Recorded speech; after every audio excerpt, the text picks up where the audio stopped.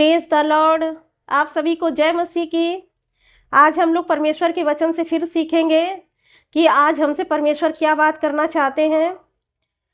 हम दिन प्रतिदिन परमेश्वर के वचनों में बढ़ते चले जा रहे हैं और हमसे परमेश्वर बातचीत भी कर रहे हैं, अपने वचन बता रहे हैं।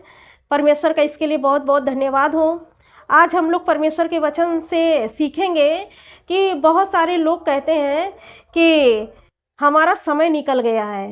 कहते हैं कि हमारा समय निकल गया है, हमारी नौकरी का समय निकल गया है, हमारे जो हमें संतान चाहिए उसका समय निकल गया है, और हमें जो चंगाई चाहिए थी वो उसका भी समय निकल गया है। बहुत दिन से बीमार पड़े हैं लेकिन कोई चंगाई नहीं है। इस तरीके से हम सोचते रहते हैं, तो हम कहते हैं कि हमारा समय निकल गया है।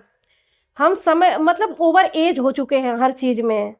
ना ही हमको नौकरी अच्छी मिली और ना ही चंगाई मिली है, ना ही हमारे कर्जे ख़त्म हुए। बहुत दिन से प्रार्थना कर रहे हैं।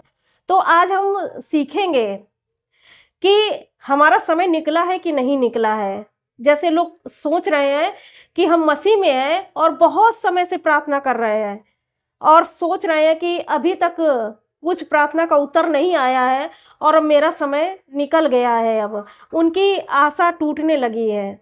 आज हम उस विषय में बात करेंगे। आज हम अब्राहम के जीवन से कुछ सीखेंगे। अब्राहम का जीवन कैसा था, वो कैसे परमेश्वर के साथ चलता था। आज हम उस चीज़ को सीखेंगे और इस देरी के विषय में सीखेंगे कि जो लोग कहते हैं कि हमारा समय निकल चुका है, समय निकल गया है, बहुत देरी हो गई है, मसीह में होने के बाद बहुत देरी हो गई है। तो जो मसीह में है उनके लिए कोई देरी नहीं हुई है। आज हम वचन से सीखेंगे। देखिए, इसमें लिखा है उत्पत्ति 15 अध्याय और उसका 4 वचन लिखा है। उसमें लिखा हुआ है, तब यहोवा का यह वचन उसके पास पहुंचा, यह तेरा वारिस न होगा, तेरा जो निज पुत्र होगा वही तेरा वारिस होगा। 5 में लिखा है, और उसने उसको बाहर ले जाके कहा, आकाश की ओर दृष्टि करके तारागण को गिन, क्या तू उनको गिन सकता है? फिर उसने उससे कहा, तेरा वंश ऐसा ही होगा। उसने यहोवा पर विश्वास किया और यहोवा ने इस बात को उसके लेखे में धर्म गिना। यहाँ पर परमेश्वर आशीष देते हैं अब्राहम को, वंश की आशीष। यहाँ पर अब्राहम को जब दर्शन दिया और कहा परमेश्वर ने कि ये जो तेरे वंश में एलीएजेर है वो तेरा वंश नहीं कहलाएगा, तेरा एक निज पुत्र होगा और वही तेरा वंश कहलाएगा। तब परमेश्वर उसको बाहर लेके गए और तारे दिखाए कि देख, जैसे इन तारों को तू गिन नहीं सकता वैसे ही तेरी संतान होंगी। तो यहाँ पर अब हम परमेश्वर के वचन में देखेंगे कि अब्राहम को जब परमेश्वर ने कहा, इस बात के लिए अब्राहम की काफ़ी उम्र हो गई थी, लगभग 75 साल के लगभग और उसके ऊपर ही हो गई थी जब ये बात परमेश्वर ने कही उसको। तो जब उसके एक भी पुत्र नहीं था और जब परमेश्वर ने कहा कि तेरे पुत्र को, तेरे वंश को कोई गिन नहीं पाएगा, इतना ज़्यादा होगा, तब वो एक ऐसा व्यक्ति होता तो सोच सकता था कि अरे एक भी पुत्र नहीं और परमेश्वर कह रहे हैं कि अनगिनत संतान होगी जिन्हें कोई गिन नहीं सकता, ऐसा तेरा वंश होगा। लेकिन उसने परमेश्वर की बात पर विश्वास किया। दिन प्रतिदिन बीतते गए, दिन बढ़ते गए बढ़ते गए बढ़ते गए। उसके बाद क्या हुआ, परमेश्वर तो ये बात कह चुके और अब्राहम ने उस बात पर विश्वास भी किया कि परमेश्वर की बात कही, बात पर उसने विश्वास किया। फिर हम देखेंगे 16 पद में लिखा हुआ है, 16 पद में लिखा हुआ है, 16 के 2 में लिखा हुआ है, सारा ने अब्राहम से कहा, देख यहोवा ने तो मेरी कोख बंद कर रखी है, इसलिए मैं तुझसे विनती करती हूँ कि तू मेरी दासी के पास जा, संभव है कि मेरा घर उसके द्वारा बस जाए। सारे की यह बात अब्राहम ने मान ली। अब यहाँ पर हम परमेश्वर के वचन में देखेंगे कि परमेश्वर ने तो कह दिया कि तुम्हारा वंश ऐसा होगा कि उसको कोई गिन नहीं पाएगा। लेकिन जब कुछ समय बीतने लगा तो क्या हुआ कि जो सारे थी उसने कहा अब्राहम से कि तुम शादी कर लो, मेरी दासी जो हाजिरा है उसके पास जाओ और जो उसकी संतान होगी वही हमारा वंश होगा। लेकिन यहाँ पर हम देखेंगे कि अब्राहम से परमेश्वर ने कहा था कि जो सारे से और तुझसे संतान होगी वही तेरी निज पुत्र होगा। लेकिन यहाँ पर सारे ने अब्राहम से कहा कि तुम हाजिरा के पास जाओ, उससे जो संतान होगी वही हमारी संतान होगी। यहाँ पर एक चीज़ हम देखेंगे, परमेश्वर का वचन तो ये बताता है कि जो परमेश्वर ने वादा किया है वो सच्चा है। कहते ना, आकाश और धरती टल जाएंगे लेकिन परमेश्वर का वचन कभी नहीं टलेगा। जो परमेश्वर ने कह दिया है वो होके ही रहेगा, कुछ भी हो जाए। परमेश्वर ने कहा है तो होगा। लेकिन जब यहाँ पर कुछ समय बीतता है तो सारे एक सोचती है कि कोई दूसरा मार्ग निकाले हमें पुत्र प्राप्ति के लिए। तो उसने परमेश्वर की बात पर अपना फोकस नहीं किया, बल्कि जब देख रही कि काफ़ी टाइम हो गया है तो उसने क्या किया, अब्राहम से कहा। तो अब्राहम भी उसकी बात में आ गया और हाजिरा से शादी कर ली और उससे एक पुत्र हुआ इस्माइल। तो कभी कभी हम ऐसा देखते हैं कि हम लोग भी अपनी ज़िंदगी में ऐसा सोचते हैं कि परमेश्वर का वचन तो हमारे लिए कहता है कि मैं ये तुमको आशीष दे दिया हूँ, और लेकिन वो हमारे पास नहीं आ रही है, नहीं पहुंच पा रही है, तो हम दूसरा मार्ग निकालने लगते हैं। जबकि वो आएगी, आपको धीरज धरना है, विश्वास में मजबूत बने रहना है। तो ऐसे ही सारे ने भी किया, अपना दूसरा रास्ता चुना पुत्र प्राप्ति के लिए, और उसने हाजिरा को अब्राहम और हाजिरा की शादी करा दी, और उससे जो पुत्र उत्पन्न हुआ इस्माइल, वो क्या हुआ, उसी के लिए हंसी का कारण बना। वो सारे की हंसी उड़ाने लगा जब सारे और अब्राहम की संतान हुई, तो क्या हुआ, इस्माइल उसकी हंसी उड़ाने लगा। तो कभी कभी जब हम जो दूसरा रास्ता निकालते हैं तो बहुत सारे लोग हमारी हंसी उड़ाने लगते हैं, हम हंसी का पात्र बन जाते हैं, क्योंकि जो रास्ता परमेश्वर ने बताया था उसको छोड़कर हम दूसरा रास्ता निकालने लगते हैं कि ऐसे नहीं हुआ तो इस तरह से हो जाएगा। लेकिन अगर जो परमेश्वर ने रास्ता बताया वही रास्ता आपके लिए सही है, और परमेश्वर ने कहा है तो आज नहीं कल वो आपको मिलेगा ही। लेकिन आप सारे की तरह दूसरा रास्ता ना खोजें। बहुत सारे लोग हैं ऐसे कि प्रभु में आते हैं, जब देखते हैं कि प्रभु में हमें आशीष मिलने में देरी हो रही है तो वो थोड़ा दूसरा मार्ग अपना लेते हैं, और कहीं जो पूछने वाले बताने वाले होते हैं, ज्योतिष लोग होते हैं, उनके पास जाने लगते हैं और अपने भविष्य को जानने के लिए। वो सच्चे परमेश्वर के पास टिक नहीं पाते हैं। तो हमें उन चीज़ों को एक्सेप्ट नहीं करना है। जब परमेश्वर ने कहा है कि आपको आशीष मिलेगी तो आपको आशीष मिलेगी। तो यहाँ पर हम देखेंगे कि यहाँ पर जब हाजिरा प्रेग्नेंट हुई तो वो सारे को तुच्छ जानने लगी, जबकि सारे ने ही अब्राहम के साथ में उसका विवाह कराया, और वही सारे को तुच्छ जानने लगी। और जब इस्माइल पैदा हुआ तो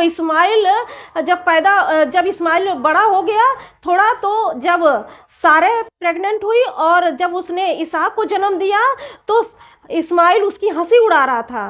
तो ऐसा ना हो कि हमारी ज़िंदगी में भी जब प्रभु यीशु मसीह में आ करके हमें जो परमेश्वर ने आशीषें दे दी हैं, हम उसको छोड़ करके कहीं दूसरी जगह जाने लगे और हम उन आशीषों से वंचित रह जाएं।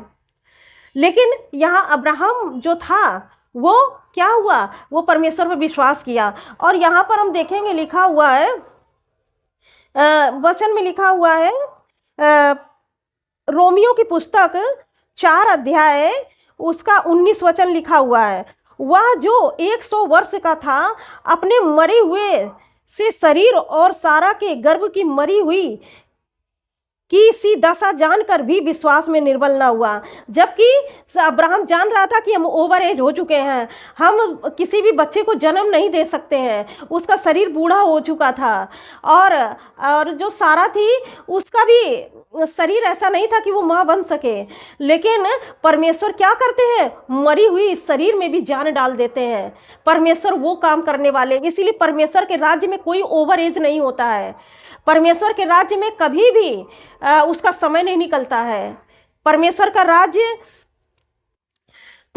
राज्य ऐसा ही है कि वो जिस तरह सारा की मरी हुई दशा थी, अब्राहम का बूढ़ा शरीर था, उसमें से भी रास्ता निकल आया और एक संतान को सारे ने जन्म दिया, वैसे ही आपकी मरी हुई चीज़ों से भी और ओवर एज हुई चीज़ों से भी परमेश्वर आशीष पैदा कर सकते हैं। इतनी सामर्थ्य परमेश्वर के अंदर। तो इसलिए परमेश्वर के वचन में इतनी आशीष है कि परमेश्वर के वचन के द्वारा सब कुछ हो सकता है। बहुत सारे लोग हैं जो कहते हैं कि हम ओवर एज हो चुके हैं, अब हमको संतान नहीं मिल सकती है।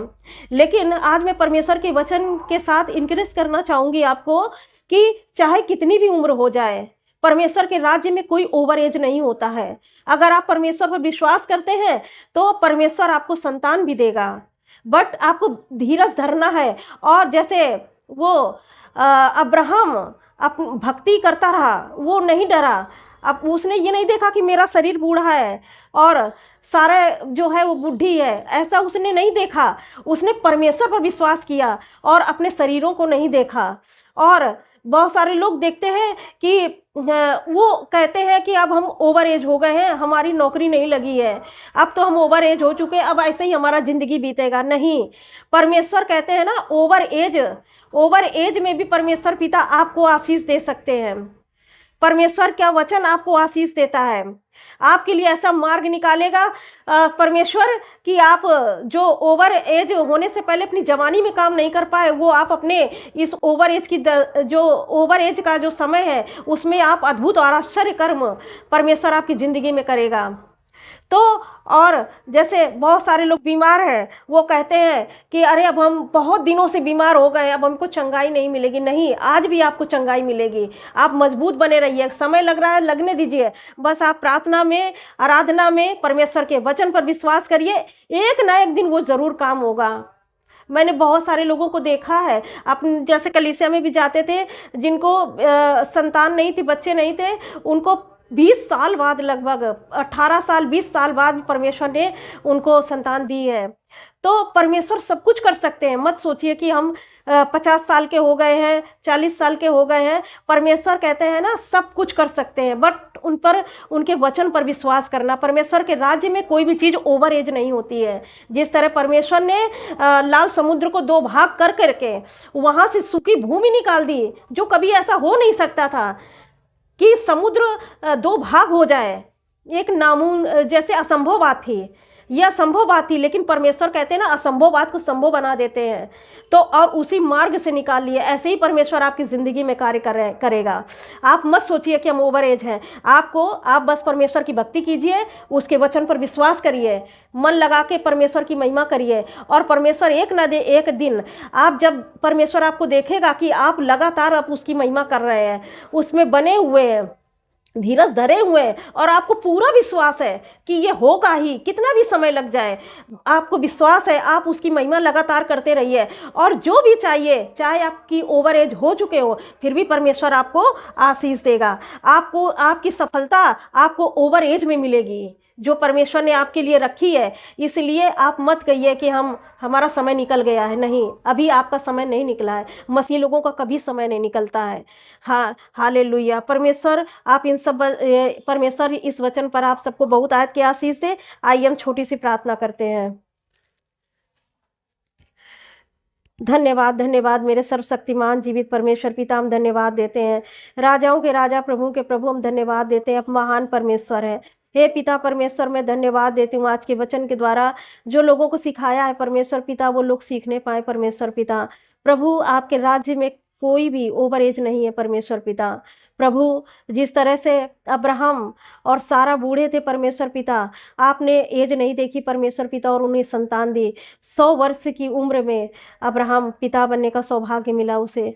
प्रभु, ऐसे ही हमारी कितनी भी चीज़ें मरी हुई क्यों ना हो, हम चीज़ों को, मरी हुई चीज़ों को नहीं देखते, हम आपकी तरफ देखते हैं प्रभु, और हम जानते हैं हमारी मरी हुई चीज़ें जीवित हो जाएंगी प्रभु यीशु के नाम में। हालेलुया। प्रभु, हम धन्यवाद देते हैं। ये वचन बहुत लोगों की ज़िंदगी में कार्य करे प्रभु परमेश्वर पिता, उनके अंदर विश्वास बढ़े परमेश्वर पिता कि आप कोई भी मार्ग खोल सकते हैं परमेश्वर पिता। आदर महिमा जलाल आपको देते यीशु के नाम से मांगते हैं, आमीन। आप सभी को जय मसीह की।